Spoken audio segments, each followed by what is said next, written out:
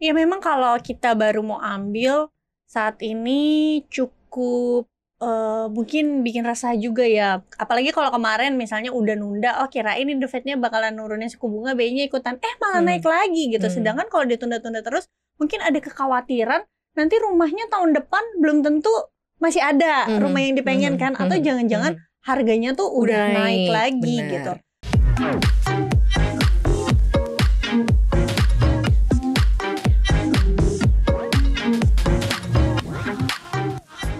Hai Sobat Cuan, sehat-sehat ya. Semoga ya selalu sehat dan selalu penuh dengan semangat. Walaupun lagi pusing nih kalau yang udah ngambil KPR mungkin aja akan naik gitu ya. Karena memang kemarin BI rate kita udah naik.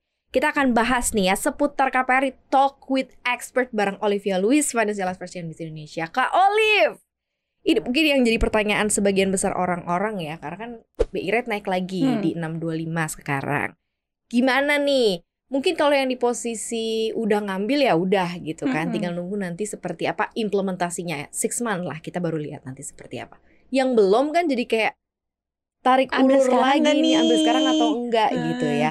Nah dinamikanya nih kan kita masih belum bisa ketebak nih karena masih semuanya berpakunya ke The Fed dan masih itu juga nggak bisa diprediksi karena The Fed bisa bilang nanti mau nurunin, nanti nggak awal jadi. Tahun bilangnya mau nurunin, ya kan? tiba-tiba sekarang masih jauh gitu.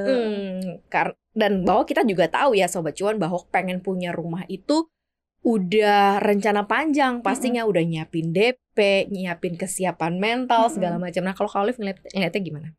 Ya memang kalau kita baru mau ambil saat ini cukup mungkin bikin resah juga ya. Apalagi kalau kemarin misalnya udah nunda, oh kirain ini The Fed-nya bakalan nurunin suku bunga, BI-nya ikutan, malah naik lagi gitu. Sedangkan kalau ditunda-tunda terus, mungkin ada kekhawatiran nanti rumahnya tahun depan belum tentu masih ada rumah yang dipengen kan, atau jangan-jangan harganya tuh udah naik lagi gitu. Nah karena membeli rumah itu adalah komitmen jangka panjang, jadi menurutku memang harus dipikirin banget sih. Dan memang bunga ini menurutku juga mempengaruhi keputusan kita untuk jadi beli rumah saat ini atau nanti aja. Nah ini balik lagi ke urgency. Urgent nggak beli rumahnya saat ini? Atau kalau misalnya nggak urgent banget, bisa tunggu sampai nanti turun suku bunga. Karena seperti yang kita tahu, suku bunga tinggi itu tidak akan terjadi selamanya. Tapi kita juga nggak pernah tahu ini suku bunganya bisa naik sampai berapa lagi gitu. Bisa naik atau bisa turunnya tuh kapan masalahnya. Emang gak akan naik terus, tapi turunnya kapan kita juga gak bisa prediksi gitu ya. Level urgentnya kayak gimana sih kalau bisa di screening nih Kak Olive? Karena kan soalnya gini, aku tahu persis dinamikanya orang pengen punya rumah. Terus rumah tuh kan kayak jodoh-jodohan ya. Benar. Jadi biasanya kalau kita udah kayak jatuh cinta sama sesuatu kan, apalagi kayak mungkin uangnya bisa nih diusahain gitu. Tapi suku bunganya lagi kayak gini gitu kan. Itu masuk ke urgency gak sih? Apalagi dia udah menemukan misalnya rumah tinggal yang ideal, udah oke, sesuai dengan income, sesuai dengan dia mau berkomunitas, apalagi deket anak sekolah mungkin ya. Ini gimana nih? Kalau menurutku ya, aku sekarang melihat terutama untuk generasi Gen Z, terus juga milenial yang maksudnya milenialnya tuh yang masih muda-muda gitu ya, di bawah 30 tahun atau 30 awal. Aku melihatnya banyak dari mereka yang belum menganggap rumah itu sebenarnya urgent gitu. Apalagi sekarang karena mungkin juga harganya yang terlalu mahal dan lain-lain gitu. Jadi mereka belum merasa kayak punya rumah itu sebuah kewajiban. Beda sama kayak zaman dulu, mungkin zaman orang tua kita nikah, kalau bisa tuh kalau udah nikah harus punya rumah gitu kan. Nah ini kan balik lagi ke urgentnya tadi. Berarti buat mereka ya emang gak urgent. Tapi kalau untuk orang-orang yang mungkin mereka udah menikah, udah punya berapa anak, dan mereka butuh tempat berteduh yang memang mereka tuh pengen tinggalnya lama gitu di area tersebut gitu. Dan mungkin sebelumnya mereka udah ngontrak di area tersebut dan udah cinta banget nih sama areanya, dan mereka juga memutuskan untuk menyekolahkan tadi di tempat itu, ya berarti kan itu sudah masuknya ke urgent gitu. Tinggal kalkulasi aja, hitung-hitungan lagi memungkinkan atau enggak, atau masih bisa ditunda sebenarnya 1 tahun lagi. Lihat dari sisi kebutuhan kamu ya. Kalau emang ternyata menurut kamu masih bisa lah gitu ya, oke, bisa dijalanin gitu ya. Tapi kalau memang kemudian mepet banget atau mungkin kayak belum sekarang ya itu juga nggak perlu masalah dipaksain gitu ya. Tapi sebenarnya ada ini kalau misalnya suku bunga tinggi bisa disebut kayak opportunity apa resiko yang gede sih dalam kita mengambil atau melakukan proses kredit. Soalnya kan komitmennya jangka panjang ya, minimal berapa? 10 tahun ya. Itu kamu harus komit dengan cicilan tersebut gitu. Nah, ini gimana sih perhitungannya? Sebenarnya ya, kalau kita ngomongin berdasarkan historis, kenaikan suku bunga yang sekarang even belum setinggi kenaikan suku bunga tahun 2015 pas TEP. Oh ya, jauh ya. Jadi mereka-mereka yang udah ngambil KPR tahun 2015, 2014 itu udah merasakan suku bunga yang lebih tinggi dari ini. Jadi kalau dibandingin sama saat itu sebenarnya sekarang belum tinggi-tinggi banget. Tapi tetap kan perbedaannya juga cukup jauh gitu dibanding tahun 2020 gitu. Jadi artinya apa? Kalau kita ngelihat apakah ini resiko atau tidak untuk mengambil KPR tergantung balik lagi sama kemampuan cash flow kamu gitu. Kalau kamu rasa di tingkat suku bunga yang ada sekarang, tadi aku soalnya sampai cek-cek juga, kalau kita baru mau ambil KPR, katakan ambil yang flat aja sampai 3 tahun ya, katakan yang flat yang sampai 15 sampai tahun semuanya, flat itu dihitungin bisa dari awal ya. 9 sampai 10%. Kalian oke nggak with that gitu? Atau misalnya kalau kalian mau ambil yang fixed to floating dulu, tadi yang fix aku lihat ya ada sekitar dari 7 sampai 8%. Memang lebih tinggi dibanding tahun 2020, tapi menurutku harusnya untuk beberapa orang masih bisa tercapai. Gitu. Atau mungkin ya di review lagi lokasi, soalnya susah sih kalau rumah tuh udah susah lokasi ya. Lokasi itu juga penting banget penting sih. banget. Enggak, masalahnya kalau orang udah mau beli rumah nih, kayaknya bukan hanya sekedar mau markirin duit, tapi emang karena dia udah tahu bahwa dia mau di tempat itu gitu ya. Atau mungkin ada sebagian besar menganggap ini investasi ya. Itu beda-beda ya, beda-beda persepsi. Karena sekarang ada yang bilang, enggak lah investasi jangan di rumah gitu, di aset lain. Tapi ada orang juga yang masih dengan prinsipnya gitu ya, punya rumah yang stabil gitu ya, atau punya rumah bisa juga membuat kamu stabil untuk keuangan berikutnya, karena kamu lebih disiplin kan untuk bisa nyicil rumah. Oke, jadi ini sebenarnya referensinya masing-masing berarti ya. Nah, kalau misalnya ambil yang flat itu, misal contoh kita kasih opsi nih 20 tahun gitu 20 tahun syariah gitu ya. Tuh biasanya Syariah. Itu sebenarnya keunggulannya karena memang udah dihitungin ya dari awal ya. Jadi sebenarnya kalau kita no surprise at all ya. Jadi kayak udah tahu nih bahwa kamu tahun ini akan cicilannya berapa. Benar. Jadi sebenarnya kalau kita mau ngambil KPR itu kan juga sudah ada ya simulasinya gitu, asumsi berapa sih cicilan kita setiap bulannya gitu, baik itu kita mau ambil yang fixed to floating, baik itu yang berjenjang, baik itu yang flat. Tapi memang salah satu keunggulan dari yang flat, dan aku juga perhatiin beberapa orang belakangan ini karena ketidakpastian dari suku bunga ini, mereka cenderung untuk mau ambilnya yang flat aja. Kenapa? Karena keunggulannya adalah mereka tidak perlu memikirkan ketidakpastian dari naiknya suku bunga selama beberapa puluh tahun ke depan. Yang kita tahu naik turunnya suku bunga itu siklus. Jadi ibaratnya mau suku bunganya lagi naik, mau suku bunganya lagi turun, ya pokoknya saya nyicilnya sekian sampai nanti jatuh tempo. Kenapa ini menjadi keunggulan? Karena setidaknya mereka bisa mengatur cash flow-nya. Ibaratnya nggak kaget after 5 tahun. Karena kalau kita ngomonginnya fixed to floating, yang tadinya misalnya fixnya 6%. Pas floating misalnya tiba-tiba naiknya ke 13%. Itu cicilannya bisa naiknya 50% loh. Nah, belum tentu kan semua orang siap. Iya kalau peningkatan income-nya bagus gitu. Tapi kan seiring meningkatnya income, pasti kan pengeluarannya kita bertambah juga. Contoh, saat kita ambil rumah sekarang, kita baru punya anaknya 1. Mungkin pengeluarannya berapa? Seiring berjalannya waktu, after 5 tahun, ketika kita income-nya sudah meningkat, mungkin cukup sebenarnya buat bayar floating KPR tadi. Tapi ternyata kita punya 2 anak. Kebutuhannya juga nambah. Iya, atau 3 anak. Yang dimana berarti kan kebutuhan pokoknya juga meningkat gitu. Bukan cuma kita harus bayar rasio cicilannya tadi gitu. Jadi flat ini memang memberikan keunggulan bahwa kita tuh tahu persis kira-kira sampai 20 tahun ke depan berapa sih uang yang kita harus keluarkan setiap bulan gitu. Jadi ibaratnya udah dikunci. Tapi memang kekurangannya adalah biasanya Kak Maria, yang flat ini itu sebenarnya kalau di total sepanjang 20 tahun katakan, itu sebenarnya kita bayarnya lebih mahal. Iya sih, benar. Karena kan kita startnya biasanya kayak tadi. Karena udah di awal udah iya betul, langsung di awalnya tuh bunganya langsung dikasih yang besar gitu ya. Tapi sebenarnya berarti bukan nggak boleh untuk ngambil sekarang atau untuk nunda atau mau ambil, tapi lebih kepada kita tuh harus lebih banyak cari referensi. Betul. Cari referensi, cari sesuai dengan kondisi keuangan kita, sesuai dengan habit kita. Benar. Sesuai dengan ini kita juga ya, namanya kira-kira tuh kita tuh di posisinya apa gitu. Kalau kita misalnya karyawan tetap gitu, dan kita tahu kayaknya kita bakalan lama gitu ya bekerja di tempat ini. Ya mungkin nggak apa-apa juga, misalnya mau ambil fixed to floating atau juga misalnya flat. Tapi kalau misalnya Sobat Cuan tipikal yang karena saya pembisnis, kayaknya saya mungkin bisa nih ngelunasin lebih cepat. Fixed to floating sebenarnya lebih bagus.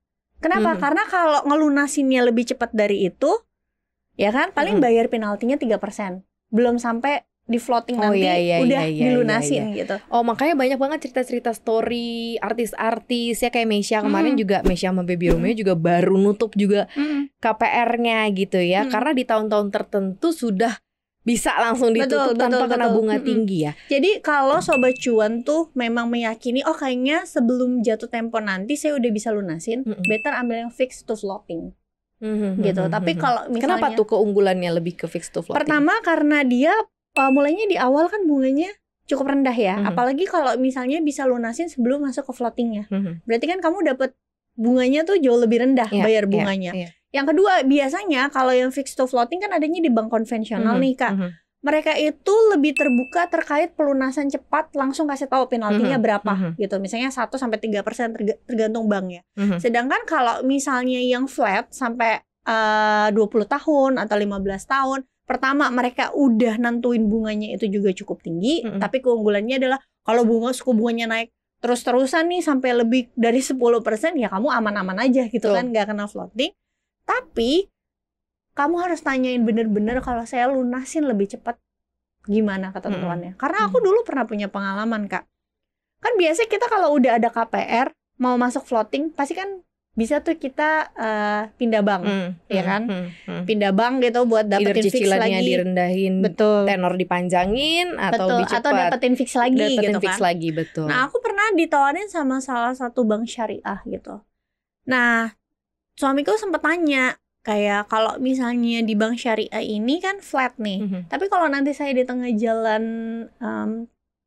lunasin gimana nih si penaltinya.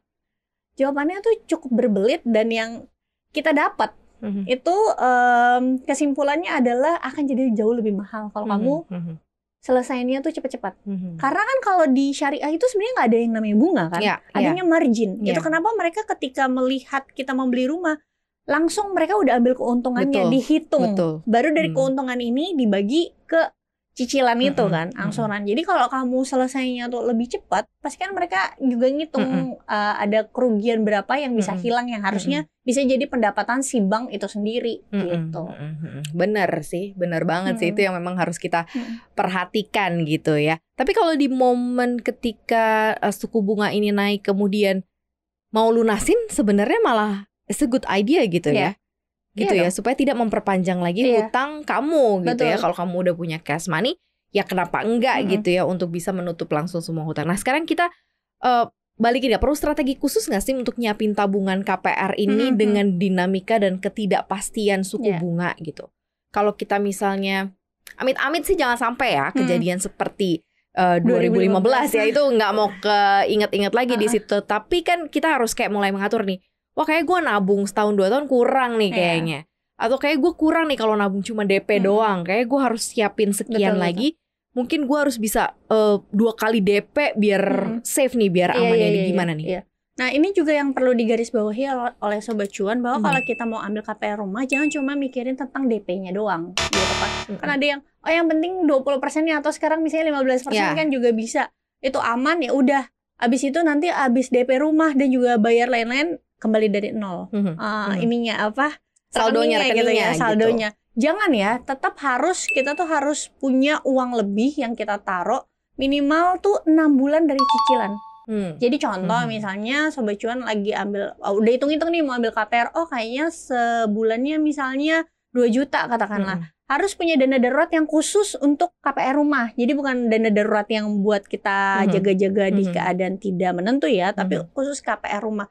Supaya apa? Kalau misalnya nih ada gimana-gimana di tengah jalan, income kita misalnya terganggu sedikit atau tiba-tiba kita ada pengeluaran nih yang besar, uang KPR kita tuh nggak keganggu, paling nggak untuk 6 bulan ke depan gitu. Jadi ibaratnya nanti kalau punya penghasilan lagi, kita bisa nabung lagi untuk bayar angsuran yang selanjutnya. Dan memang kalau yang namanya KPR, menurutku kalau mau cicilannya nggak terlalu berat, tenornya nggak terlalu panjang, juga harus DP-nya kalau bisa sih jangan minimum ya, gitu.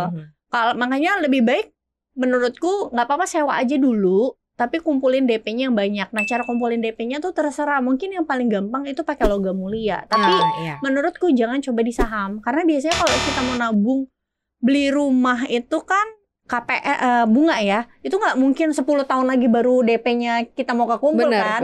Paling 3-5 tahun gitu. Maka carilah instrumen yang menurutku rendah resiko, volatilitasnya rendah, return-nya juga cukup pasti gitu. Walaupun emas itu fluktuasi, tapi paling enggak ya 3 tahun kita masih bisa lihat hasilnya lah. Atau taruh di misalnya instrumen yang kasih fixed return gitu. Setiap bulan bikin akun yang khusus memang kalian alokasikan untuk membeli rumah atau menyiapkan DP tersebut. Ya, karena komitmennya jangka panjang, jadi memang pertimbangan membeli hunian nih akhirnya juga jadi pertimbangan jangka panjang ya. Walaupun memang mungkin developer sekarang udah punya cara lah, mereka biasanya untuk jadi kasih sweetener, untuk mempermudah. Tapi memang perlu dipikirin lagi ya, karena memang kalau di Indonesia nih sekarang memang susah ya, mekanismenya memang kalau nggak cash and carry, ya KPR ya. Tapi kalau nggak rumah ya itu ya tanah. Bangun pelan-pelan. Benar. Beli rumah warisan atau rumah tumbuh gitu kan. Sekarang kayaknya udah mulai happening ya anak-anak muda tuh. Maksudnya mereka cari tanah, terus juga bangun pelan-pelan gitu. Jadi punya uang, mereka nyicil untuk beli bahan bangunannya gitu. Iya, memang sekarang referensinya masing-masing sih. Makanya kita tuh nggak berani untuk ngasih tahu harus punya rumah gitu. Tapi persepsi atau referensi masing-masing di diri kalian gitu. Kalau kalian memang pengen punya rumah, ya udah diseriusin gitu ya. Dipersiapkan, jangan sampai nanti keadaan kondisi kayak gini kalian kaget gitu ya. Bahwa memang bisa aja, semua bisa aja berubah gitu. Apalagi suku bunga, kebijakan, itu tuh kayak uncertainty banget gitu ya. Tapi ya semangat ya Sobat Cuan, yang sekarang lagi nyicil juga semangat gitu ya. Apalagi masuk floating. Bener, apalagi masuk floating. Soalnya kalau masuk floating rate ya mungkin ya tadinya rasio cicilannya tuh mungkin aja 30% gitu ya dari pendapatan, terus tiba-tiba pas masuk floating itu kan mungkin bisa meningkat gitu ya Kak, sampai ke 40-45%. Ya saran dari aku, sekarang juga kita kalau mau disuruh berhemat, apalagi yang bisa dihemat? Apa-apanya emang lagi mahal gitu, bahan baku aja mahal banget gitu. Jadi ya saran dari aku ya seberusaha mungkin carilah side hustle buat maksudnya bisa catch up gitu loh, nutupin kenaikan biaya hidup yang sekarang memang lagi mengalami kenaikan gitu. Iya, benar sih Sobat Cuan. Semangat lah ya apapun kondisi yang sedang Sobat Cuan alamin.